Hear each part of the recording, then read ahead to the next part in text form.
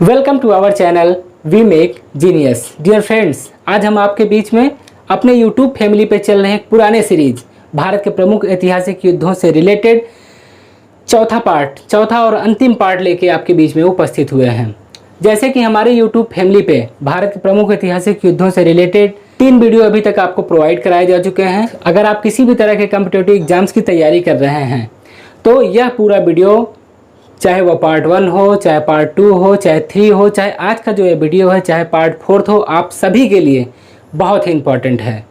और अगर आप नहीं भी तैयारी कर रहे हों तो भी आपके लिए यह वीडियो बहुत ही इम्पॉर्टेंट है, क्योंकि हमें भारत के इतिहास के बारे में थोड़ा बहुत तो जानकारी हम सभी को रखनी चाहिए कि कौन सा युद्ध कब हुआ था, अपना देश कब आज़ाद हुआ था। इस तरह के तमाम क्वेश्चन जो बेसिक से क्वेश्चन हैं, उन सभी के बारे में हम सभी को जानना चाहिए।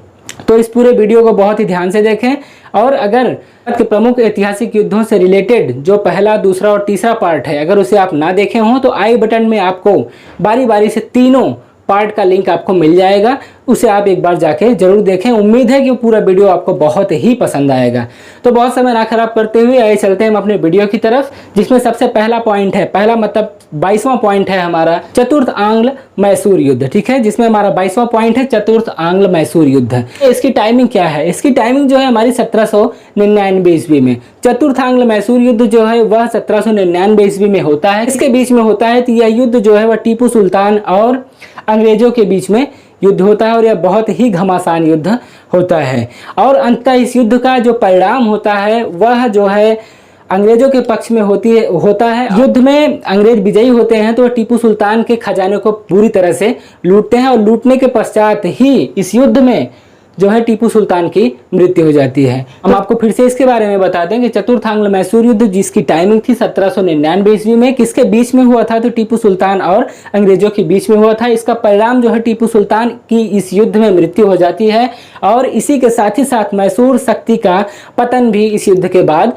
हो जाता है। आज हम अपने वीडियो के अगले पॉइंट की ओर आगे बढ़ते हैं, जो कि है चिलियान वाला युद्ध। ठीक है, चिलियान वाला युद्ध भी एग्जाम के दृष्टिकोण से बहुत ही महत्वपूर्ण है, तो इसके बारे में भी आप अच्छी तरह से जानते रहें।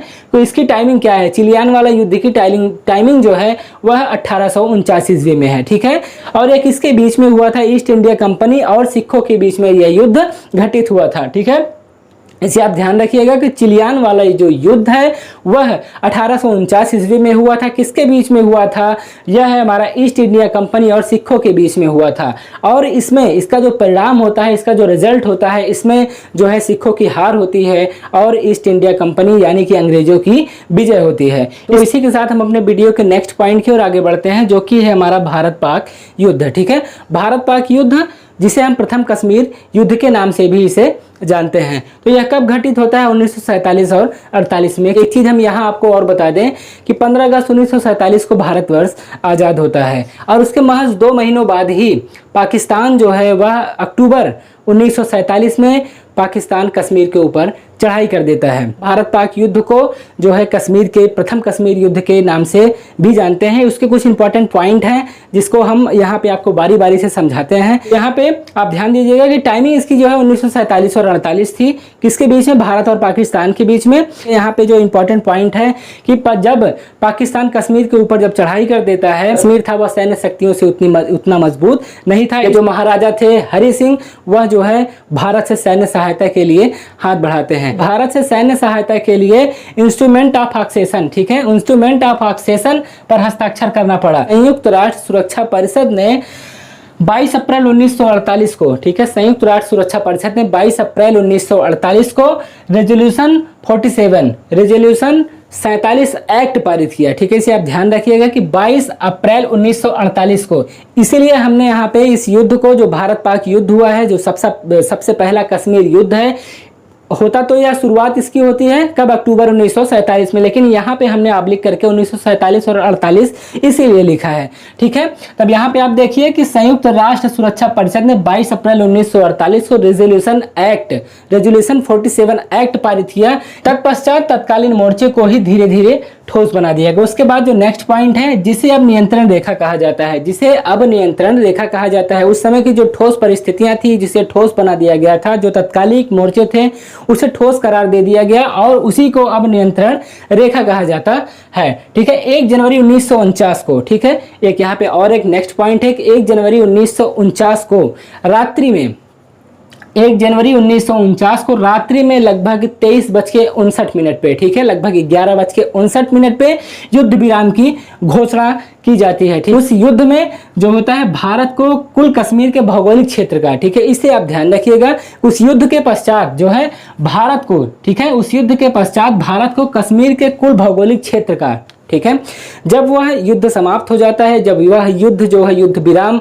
कर दिया जाता है, उसके बाद जो है भारत को कुल कश्मीर के भौगोलिक क्षेत्र के 2/3 हिस्से, ठीक है, इसे आप ध्यान रखिएगा कि उस समय जो कश्मीर के भौगोलिक क्षेत्र था उसका 2/3 हिस्सा भारत को मिलता है, जिसमें कश्मीर घाटी, जम्मू और लद्दाख, ठीक है, इसी के साथ ही साथ पाकिस्तान को 1/3 हिस्सा, ठीक है, उसी के साथ ही साथ पाकिस्तान को 1/3 हिस्सा मिल जाता है, जिसका जो है पाकिस्तानी गुलाम कश्मीर और गिलगिट और बाल्टिस्तान, ठीक है, इसे आप ध्यान रखिएगा कि पाकिस्तान को 1/3 हिस्सा प्राप्त होता है, जिसमें पाकिस्तानी गुलाम कश्मीर, ठीक है, जिसमें पाकिस्तान गुलाम कश्मीर और उसके बाद गिलगिट और बाल्टिस्तान, ठीक है, यह जो है पाकिस्तान को प्राप्त होता है। इसके साथ ही साथ हम इस वीडियो के अपने नेक्स्ट पॉइंट की ओर आगे बढ़ते हैं, जो कि है भारत चीन सीमा युद्ध, ठीक है, इसकी टाइमिंग जो है 1962 ईस्वी में यह युद्ध घटित होता है। उसके कुछ इंपॉर्टेंट पॉइंट्स हैं, हम यहाँ आपको बता दें कि चीनी सेना द्वारा, जो चीन की जो सेना थी उसके द्वारा भारत के सीमा क्षेत्रों पर आक्रमण कर दिया गया, ठीक है, जिस दिनों तक यह युद्ध होता है उसके कुछ समय पश्चात जो है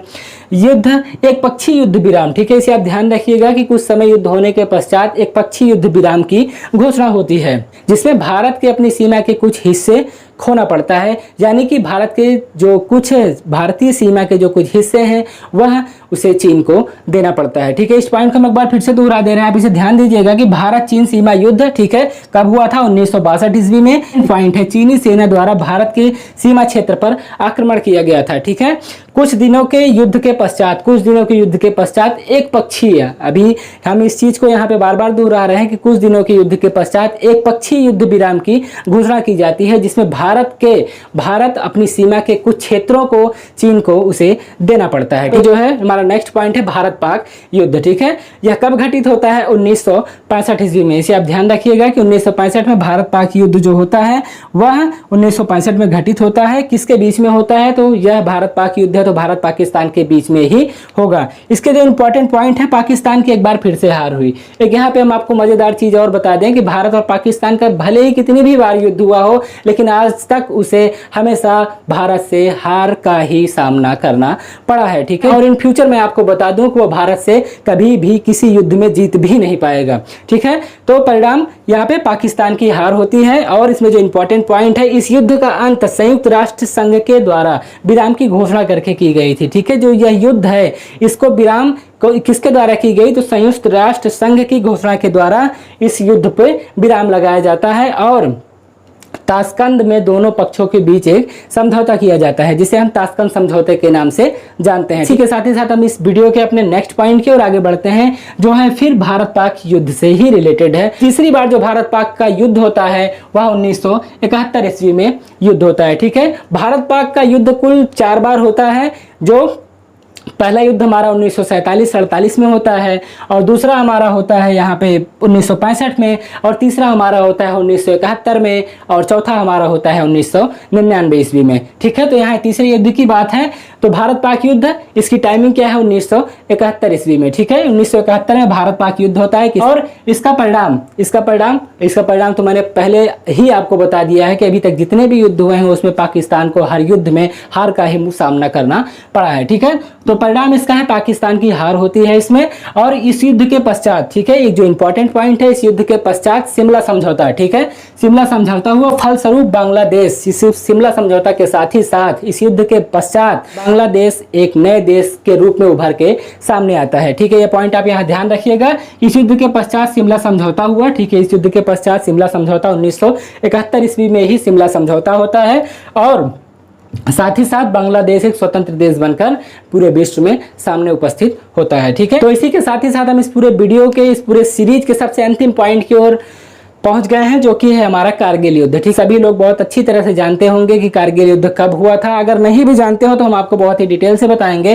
कारगिल युद्ध जो है हमारा 1999 ईस्वी में घटित हुआ था। कारगिल युद्ध 1999 ईस्वी में हुआ था और इसमें रिजल्ट हम आपको पहले से बता दें कि इसमें भी पाकिस्तान की हार हुई थी। तो भारत और पाकिस्तान के बीच में कारगिल युद्ध 1999 ईस्वी में हुआ था। और इसमें कुछ इंपॉर्टेंट पॉइंट हैं, वो आप ध्यान रखिएगा कि जम्मू कश्मीर के द्रास और कारगिल क्षेत्रों में पाकिस्तानी घुसपैठियों को लेकर यह युद्ध हुआ था। ठीक है, इस पॉइंट को आप ध्यान रखिएगा कि जम्मू कश्मीर के द्रास और कारगिल क्षेत्रों में, ठीक है, जम्मू कश्मीर के द्रास और कारगिल क्षेत्रों में पाकिस्तानी घुसपैठियों के आक्रमण से ही रिलेटेड यह युद्ध हुआ था। ठीक उसी तरह इस युद्ध में, कारगिल के युद्ध में भी पाकिस्तान की हार होती है और भारतीयों को जीत मिलती है। तो मुझे उम्मीद है कि यह पूरा वीडियो आपको बहुत ही पसंद आया होगा और इस वीडियो के साथ ही ये भारत के प्रमुख ऐतिहासिक युद्धों से रिलेटेड जो यह सीरीज चल रही थी, यह भी आपको बहुत ही पसंद आया होगा। अगर आपको हमारे वीडियोस अच्छे लगते हैं तो वीडियो को लाइक करें और अपने दोस्तों के साथ शेयर भी करें। और हाँ, अगर आप हमारे चैनल पर नए हो तो चैनल को जरूर सब्सक्राइब करें। तो मिलेंगे फिर से आपसे एक नए वीडियो में नए एनर्जी, नए उत्साह के साथ। तब तक बने रहिए हमारे चैनल के साथ। जय हिंद।